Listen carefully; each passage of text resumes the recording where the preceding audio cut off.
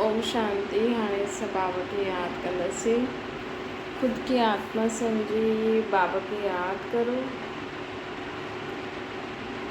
मन में कोई भी ॻाल्हि हुजे उहो बाबा खे ॿुधाए छॾियो।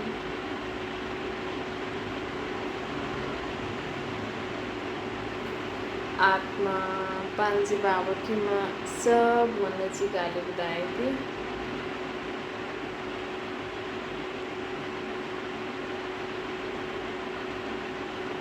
हाणे संकल्प करो, मां आत्मा शांत स्वरूप आहियां। मां आत्मा प्रेम स्वरूप आहियां। मां आत्मा आनंद स्वरूप आहियां।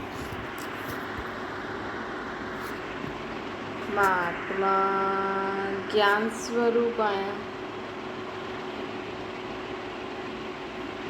मुंहिंजे आत्मा जो ये शरीर हिकदमि निरोगी आहे।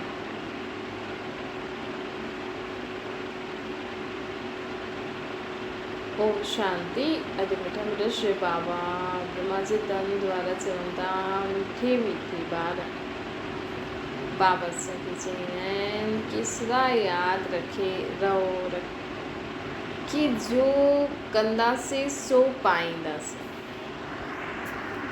जहिड़ो कर्म कंदासीं, जहिड़ो बोलंदासीं, ओड़ो ई असांखे वापसि मिलंदो।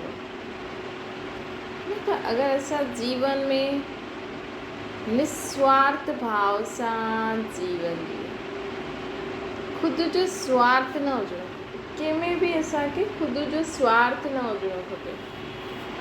अॼु माण्हू जे जीवन में माण्हू स्वार्थवश ॾाढो कर्म कंदा आहिनि। असां अगरि स्वार्थ जे वश थी करे कर्म कंदासीं त असां छा पाईंदासीं? असां कुझु बि न पाईंदासीं। अॼु असां स्वार्थवश कर्म करूं था त माण्हू बि असांखे स्वार्थवश ई ॾींदा न सभु कुझु। ऐं जीवन में सदा ख़ुशी ख़ुशी सां कमु करणु खपे। मेन त असांखे इहो सम्झणो आहे कि जीवन आहे छा? जीवन छा आहे? सतयुग खां जीवन शुरू थियो आहे। पहिरियों त असां आत्मायूं परम धाम में रहंदा हुआसीं, मथे, है न। मथे निराकार रूप में आत्मा रहंदी आहिनि, परमात्मा बि मथे ई रहंदो आहे। हिन करे असांखे मथे ॾाढो यादि ईंदो आहे। भॻवानु किथे आहे? चईंदा मथे। काॾे वियो? जेको शरीर छॾे चईंदो मथे वियो, है न। मथे माण्हुनि खे हिकु मथे ऐं हिकु शांति। श्री असांजो घर जो नाम छा आहे? शांतीधाम। असां आत्मायूं शांत स्वरूप आत्मायूं हुयासीं, हाणे बि ठहूं था। असांजो पीउ बि शांति जो सागर आहे। त असां शांत स्वरूप आत्मा, शांतीधाम असांजो घर, शांति जो सागर असांजो पीउ। असां हेॾी शांति जी जॻह सां हिन सृष्टि ते ईंदा आहियूं। सतयुग में ईंदा आहियूं पहिरियों सभु न ईंदा आहिनि, पर पहिरियों मथां खां जो आत्मा हेठि ईंदी आहे न, उहा थोरो समय सुख जो पार्टी विधाईंदी आहे। सतयुग वारी आत्मा त ॾाढो समय विधाईंदी आहे। जेके द्वापर कलयुग में ईंदियूं आहिनि, हाणे बि ॾिसो कलयुग में बि कई आत्मायूं सुखी आहिनि। कई आत्माउनि जे जीवन में सुख शांति आहे, त मतिलबु उहो हाणे जी आयल उहा आत्मा आहे। हुन ॾाढा जन्म न वरिता अथई। उहा आत्मा मेरी न आहे, अञा गोरी आहे। असांजो पीउ परमात्मा सदा गोरो पावन रहंदो आहे, शुद्ध रहंदो आहे। लेकिन असां आत्मायूं जनम मरण जे चक्कर में अची करे मेरा थी वेंदा आहियूं, कारा थी वेंदा आहियूं। त बाबा असांखे चवंदा आहिनि कि तव्हां आत्मायूं जनम मरण जे चक्कर में ईंदा आहियो, और जेकी आत्मा अञा हाणे हिन कलयुगी दुनिया में बि सुठा सुख ॾिसे थी, त मतिलबु उन्हनि जी आत्मा हाणे जी आयल आहे। उन्हनि जी मतिलबु उन्हनि जो मन शांति हूंदो। भले शोर शराबे वारी दुनिया में रहंदे हुए बि उन्हनि खे आंतरिक सुख, आंतरिक शांती मिलंदी आहे। त असां आत्मा ई सत्य खां हिन सृष्टि ते पाठ वॼाईंदा आहियूं, परम धाम खां हिन सृष्टि ते आया आहियूं पाठ वॼाइण। त असांजो पहिरियों जीवन त सुठो हुयो, हाणे बि माण्हू नर्क में बि चईंदा आहिनि कि पहिरियों केॾो सुठो हुयो।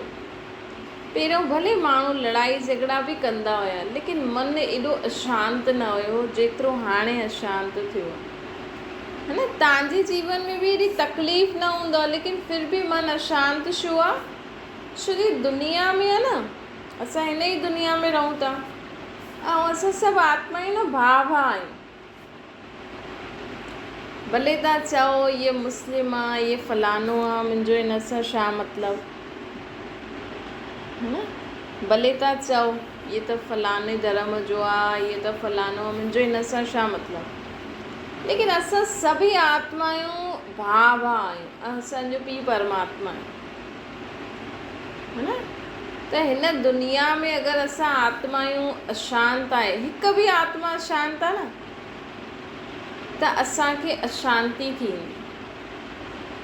कई माण्हू चईंदा आहिनि असां वटि त पैसो आहे, असां स्वर्ग में आहियूं, लेकिन न, तव्हां वटि भले पैसो आहे, तव्हां वटि सुठी चीजूं आहिनि, सुठो खाइण लाइ आहे, लेकिन उन सुठी चीजनि जे हूंदे हुए बि आत्मा सुखी न आहे, आत्मा खे शांती न आहे। छो? छो कि हुनजा ॿिया जेका दुनिया में भाउर आहिनि, आत्मा रूपी भाउ, उहे दुखी आहिनि। अॼु माण्हू चए थो मां पंहिंजे दैहिक संबंधियुनि जो, भाउ माउ पीउ, भाउ भेण, ॿारनि जो, पति पत्नी, हिननि जो ध्यानु रखां, बाक़ी सभु बाढ़ में वञनि। या चलो असां पंहिंजी बिरादरी जो ध्यानु रखूं, या चलो मुस्लिम वारा वॾा चईंदा असां पंहिंजे मुस्लिम धर्म वारनि खे सुखी रखूं, हिंदू वारा चईंदा असां सुखी रहूं, लेकिन ईअं न थी सघंदो आहे। अॼु अगरि हिंदू धर्म में सभु सुखी थी वञनि न, सभिनि वटि पैसो आदि थी वञे, सभु सुठे, सभु कुझु सुठो थी वञे, त बि हिंदू धर्म वारी आत्माउनि खे दुख परेशानी थींदी। छो? छो कि असां सभु आत्मायूं भाउ आहियूं, चाहे मुस्लिम धर्म वारा, चाहे ईसाई धर्म वारा, चाहे सिख धर्म वारा, है न, असां सभु भाउ आहियूं। त हिन दुनिया में हिकु बि दुखी हूंदो न, त असांजी आत्मा खे उहो सुख शांती न मिली सघंदी। थोरो त लॻंदो न। अॼु भले ई मुस्लिम माण्हू भारतवासियुनि खे परेशान कंदा आहिनि, हिंदू, त बि ॾिसो अगरि मुस्लिम वारनि सां कुझु बुरो थी वञे त बि लॻंदो त आहे न कि अरे वीचारनि सां ईअं थी वियो न, त बि थोरो त फीलिंग थींदी आहे न। छो? छो जी हिंदू धर्म वारा असल में असां देवी देवता धर्म वारा आहियूं, है न। मुस्लिम धर्म वारनि में बि कई माण्हू अहिड़ा हूंदा आहिनि, न त कई आत्मायूं बिल्कुलु ई पत्थर बुद्धि थी वियूं आहिनि, लेकिन उते बि कई सुठा आहिनि। अॼु हिंदू माण्हुनि सां गॾु बि बुरो थींदो त काथे न काथे मुस्लिम बि सोचदा कि अरे हिननि सां बुरो न करो, इन्हनि खे दुखी न करो, असां सभु हिकु बाप जी संतान आहियूं, लड़ो झगड़ो न, है न। त असां ईअं बंटवारो करे वेठा आहियूं न, पहिरियों धर्मनि जे कारण बंटवारो, ये ईसाई, ये मुस्लिम, ये हिंदू, ये सिख, पोइ उन खां पोइ ॾिसो हर धर्म में बि नंढा नंढा माण्हुनि पंहिंजी बिरादरी ठाहे छॾी, ये फलाने ख़ानदान जा आहिनि, सरनेम जे हिसाब सां।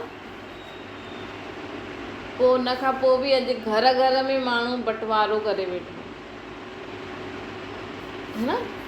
त हुन खां पोइ ॾिसो अॼु हर घर में सम्झो 4 ॼणा आहिनि, 5 ॼणा आहिनि, घणा ॼणा बि आहिनि, अगरि हर अलॻि अलॻि गुरूअनि खे मञंदो, भॻवान जे अलॻि अलॻि रूप जेका माण्हुनि ठाता आहिनि, कोई चवंदो मां त गणेश खे मञण वारो आहे, कोई हनुमान खे, कोई कंहिंखे, कोई साईं खे, कोई पेड़ पौधनि खे, त बि फ़र्क़ु पइजी वेंदो, फ़र्क़ु पवंदो आहे।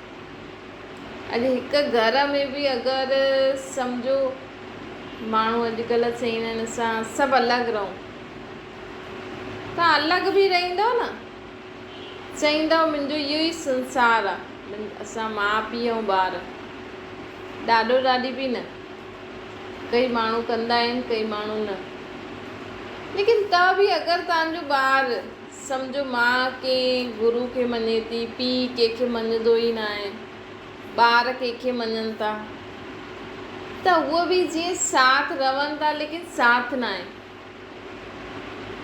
फ़र्क़ु छो पवंदो आहे?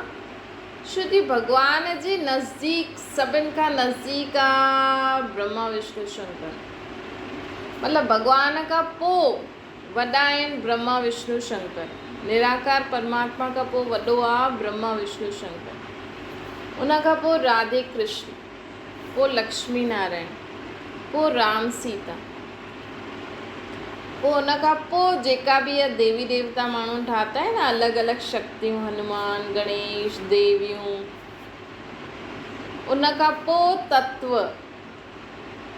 ग्रंथ शास्त्र तत्व, उन खां पोइ इहे देहधारी गुरु संत सन्यासी, शरीरनि जी पूजा जो माण्हू कंदो आहे न। त सोचो भॻवान जी हिकु त निराकार रूप में भॻवान खे यादि करो त तव्हांखे डायरेक्ट शक्ति मिले, ख़ुदि खे आत्मा सम्झी, उहो वॾो सेठ आहे। हाणे तव्हां वॾे सेठ सां कनेक्शन रखंदा त तव्हांजी स्थिति हमेशह ऊंची रहंदी। अगरि तव्हां ब्रह्मा विष्णु शंकर खे यादि कंदा आहियो त बि सुठो, राधे कृष्ण खे यादि कंदव त बि सुठो, राम सीता खे यादि कंदव त बि ठीकु आहे। उन खां पोइ तव्हां अगरि कंहिंखे मञो था न, पोइ शक्ति भई पंहिंजे अनुसार मिलंदी न। भई हनुमान जी जेतिरी शक्ति भॻवान खां वठी सघंदो ओतिरी तव्हांखे ॾींदो, ऐं तव्हां केतिरो वठी सघो था, है न। देवियूं केतिरी शक्ति ख़ुदि वठी सघनि थियूं, तव्हांखे ॾेई सघनि थियूं। वठण वारे जे बि त मथां आहे न, चईंदा न ॾियण वारो त ॾिए थो, वठण वारा थकिजी पवनि। हुन खां पोइ माण्हू पेड़ पौधा सूर्य चांद खे पहुचंदो, हाणे पेड़ पौधा सूर्य चांद त भॻवान खे यादि कीअं कंदा? हा, पर उहो भॻवान खे सूक्ष्म प्रकृति बि भॻवान खे यादि कंदी आहे, पर काथे डायरेक्ट वठणु शक्ति वठणु, काथे पेड़ पौधनि खां शक्ति वठणु भॻवान जी, काथे ग्रंथ शास्त्रनि खे भॻवान सम्झंदव त उन खां छा शक्ति मिलंदी। पोइ देहधारी गुरु संत सन्यासी, उन्हनि उहो बि ॾिसो पंहिंजे शरीर में त टाइम ॾियणो पवंदो आहे, है न। त एतिरो थोरी भॻवान खे उहो यादि करे सघंदा हूंदा, पोइ असां हुन खां शक्ति वठूं। जॾहिं असां जो माण्हू डायरेक्ट भॻवान खे यादि न करे सघंदो आहे निराकार रूप में, त ब्रह्मा विष्णु शंकर की यादि करे। अगरि ब्रह्मा विष्णु शंकर खे बि नथो करे त राधे कृष्ण सुठो, न त लक्ष्मी नारायण सुठो, न त राम सीता सुठो, ज़्यादा से ज़्यादा एतिरो, है न। उन खां पोइ अगरि तव्हां अलॻि अलॻि रूपनि में जो माण्हू भॻवान खे देवी देवता ठाहींदो आहे, पोइ देहधारी गुरु संत सन्यासियुनि खे माण्हू पूजे थो न, पोइ हुन अनुसार तव्हांखे भॻवान जी शक्ति मिलंदी। पोइ जेतिरो गुरु नानक देव भॻवान खां शक्ति वठी सघे उहो तव्हांखे ॾींदो, जेतिरो गुरु गोविंद सिंह जी आत्मा भॻवान खां शक्ति वठी सघे ओतिरो तव्हांखे ॾींदो। मतिलबु तव्हां जीअं उन्हनि जे अंडर अची वियो, तव्हां भॻवान सां न जुड़ियो, तव्हां गुरु नानक देव सां ई जुड़ियल आहियो, है न। तव्हां डायरेक्ट भॻवान सां न जुड़ियल आहियो, तव्हां हुते ई उन खां ई गुरु नानक देव सां ई जुड़ियल आहियो। पोइ जेतिरो जीअं न हिकु थींदो आहे कि ॿार माउ पीउ जे कनेक्शन में हुजे, माउ पीउ त पंहिंजे सभु ॿारनि खे, सम्झो कि माउ पीउ जा 10 ॿार आहिनि, है न। त 10 ॿार ऐं सभिनि खां पहिरियों ॿारु जेको हूंदो न, त माउ पीउ जी पालना वरिती वञे पूरी सुठी रीति, पोइ ॿिए नंबर उन अनुसार, टे नंबर उन अनुसार, चौथे नंबर उन अनुसार माउ पीउ बि त ॿुढो थींदो न। 10 नंबर वारनि खे भाउ भेण ज़्यादा संभालंदा, ऐं इहो बि थींदो आहे कई बार माउ पीउ खां ज़्यादा भाउ भेणनि जी पालना में ॿार, जेका ॿिया ॿार हूंदा आहिनि उहो हुनजी पालना में सुठो अनुभव कंदा आहिनि, है न। त इहो बि इहो ई आहे।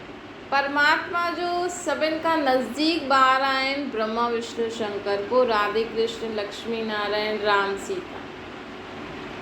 उन खां पोइ अगरि तव्हां ये हनुमान गणेश देवियूं, ये ग्रंथ शास्त्र, पेड़ पौधा, सूर्य चांद तारा या देहदारी गुरु संत सन्यासिन खे यादि करो था, इहे जीअं भॻवान जा परां वारा ॿार थी विया। तॾहिं त शक्ति घटि मिलंदी आहे न। अॼु तव्हां केतिरो बि चाहो, हिकु माण्हू चाहे असां डायरेक्ट फैक्ट्री तां सामान वठूं, मतिलबु फैक्ट्री तां ठाहे ऐं असांजे घर अचे, उहो ताज़ो ताज़ो ऐं सुठो रहंदो, सस्तो बि रहंदो, है न। ऐं सेठ सां कनेक्शन हूंदो। हिकु थींदो आहे असां दुकाननि तां वठूं, ॿियो नज़दीक वारी दुकान वटि त बि ताज़ो ईंदो, हुन खां परे ईंदी त थोरो देरि थी वेंदी, हुन खां परे ईंदी त थोरो देरि थी वेंदी, ॿिए शहर में थोरो देरि सां वेंदी, ॿिए देश में थोरो देरि सां वेंदी, है न। त इहो ई आहे। हिन करे परमात्मा असांखे सेखारींदा आहिनि कि ख़ुदि खे आत्मा सम्झी करे डायरेक्ट मूंखे यादि करो, निराकार रूप में। कंहिं बि चीजनि जे रूप में, माण्हुनि जे रूप में मूंखे यादि न करो। जे गुरु नानक देव ॾिसो निराकार खे यादि कई न, है न, निराकार खे यादि कई। शंकर भी निराकार की याद कई, गणेश भी निराकार की याद कई। त हर हिकु आत्मा निराकार की याद कंदी आहे, पोइ के जेतिरी शक्ति धारण करे। त असांखे बि निराकार खे ई यादि करणो, ख़ुदि खे आत्मा सम्झी करे। भले तव्हां ग्रंथ शास्त्र पढ़ो था, मूर्ति पूजा करो था, लेकिन आत्मा में शक्ति निराकार सां डायरेक्ट ईंदी। डायरेक्ट जॾहिं असां निराकार खे यादि कंदासीं न, त असां में डायरेक्ट शक्ति ईंदी। ऐं ॿिए रूप में यादि कंदासीं त उन्हनि जे शरीर में ई फसी वेंदासीं। अॼु माण्हू ॾिसो कृष्ण जे रूप में भॻवान खे यादि करे थो, कृष्ण जी मूर्ति साम्हूं हूंदी त हुनखे सनानु कराईंदा, कपिड़ा पाराईंदा, भोग लॻाईंदा, हिन में ई टाइम हली वेंदो आहे न। पोइ ख़ुदि जो कॾहिं करो, त तव्हां त बसि हुनजी सेवा में ई लॻा रहियो। अॼु कृष्ण जे लाइ माण्हू भोग ठाहे थो दिलि सां, त हूअं ई तव्हां घर वारनि जे लाइ बि ठाहियो, त कृष्ण जे लाइ टाइम निकिरी वियो, सभु आत्मा में शक्ति आई।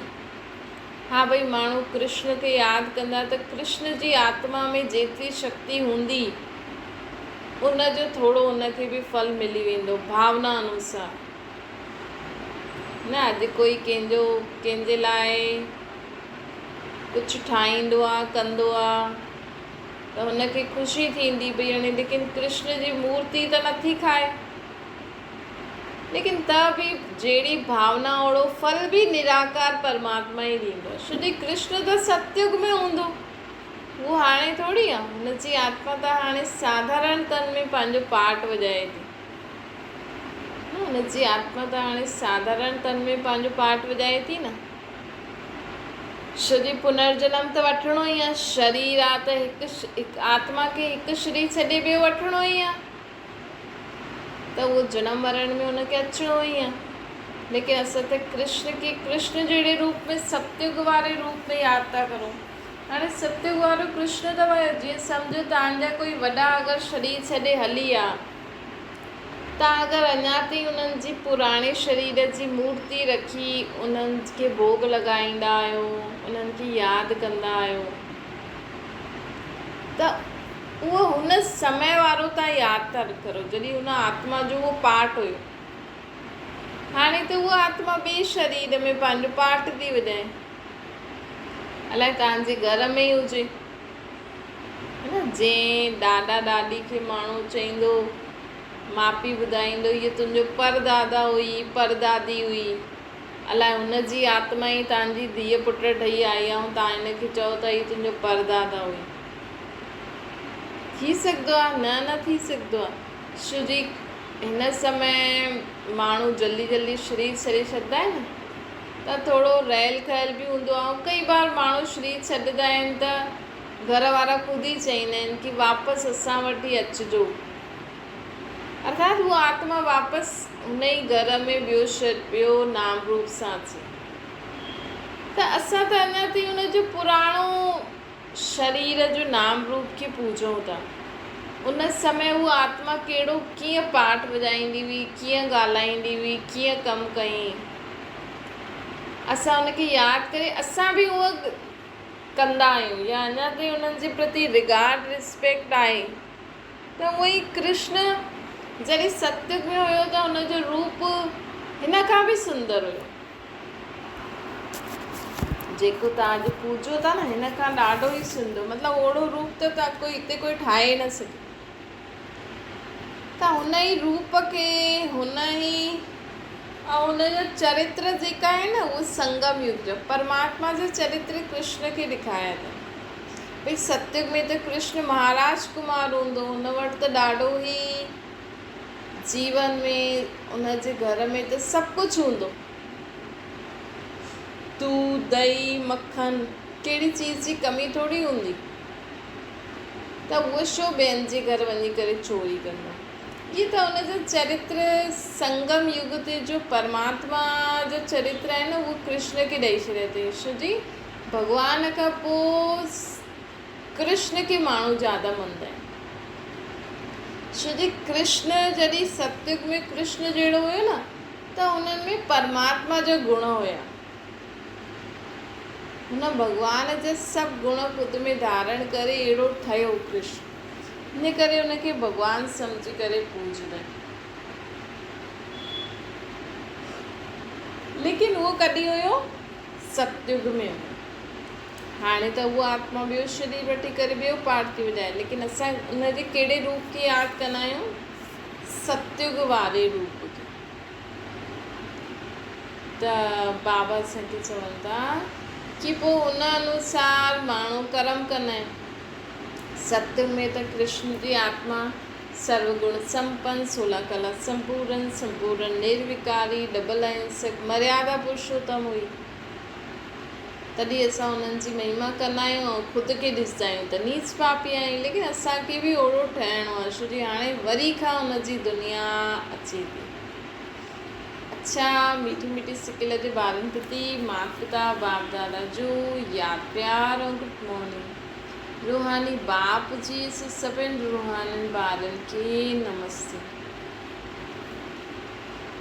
असांजी बि रूहानी माता पिता बाप दादा खे यादि प्यार गुड मॉर्निंग ऐं नमस्ते।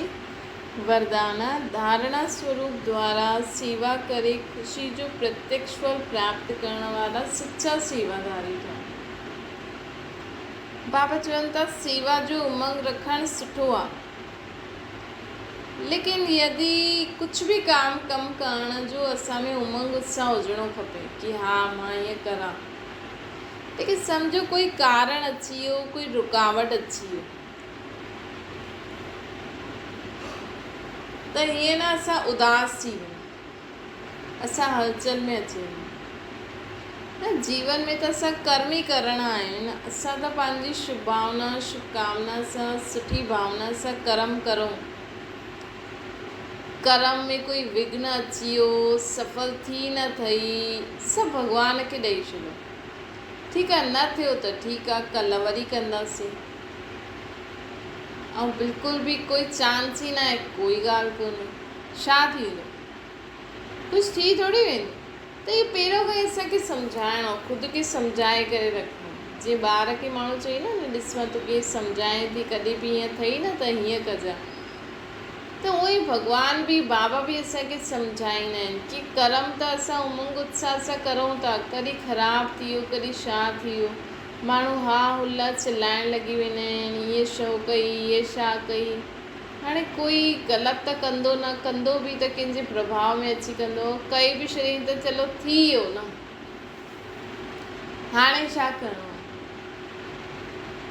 इहो अभ्यास असांखे पहिरों खां ई करिणो आहे। इहो भॻवानु असांखे शिक्षायूं ॾिनी कि वैसे त असांखे कर्म सावधान थी करे करिणो आहे, उमंग उत्साह सां करिणो आहे, लेकिन अगरि कुझु गड़बड़ी थी वई, कमु न थियो, कुझु बि हेठि मथे थी वियो न, हाणे छा करूं। अॻे के माण्हू ज़बरदस्ती ग़लति कई,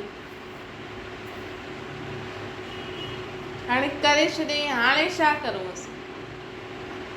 त हिन करे बाबा असांखे चवनि था कि सदा यादि रखो कि असांखे पंहिंजो जीवन सुबुह खां राति ताईं उमंग उत्साह सां ख़ुशी ख़ुशी सां जीअणो आहे। कुझु ग़लति थी बि थी वियो, बसि हलंदा हलो, हाणे छा करूं। तॾहिं असांखे जीवन में असां अॻियां वधी सघंदासीं, न त छा थींदो आहे, माण्हू हिकु ॻाल्हि खे ई पकिड़े वेंदो। स्लोगन आहे, सचे दिलि सां दाता विदाता वरदाता खे राज़ी करो। असां जेतिरो सचो रहंदासीं न, ओतिरो उहो परमात्मा दाता विदाता वरदाता असांखे सदा राज़ी रहंदो। माउ पीउ बि कहिड़े ॿारनि ते राज़ी रहंदा आहिनि जो सचा हूंदा। त असांखे बि सदा सच जी राह ते हली करे भॻवान खे सदा राज़ी रखिणो। कॾहिं बि कूड़ पाप जे वश थी कोई कर्म न करणो। त तॾहिं असां मौज में रहंदासीं। अच्छा, ओम शांति। बाबा खे यादि करो।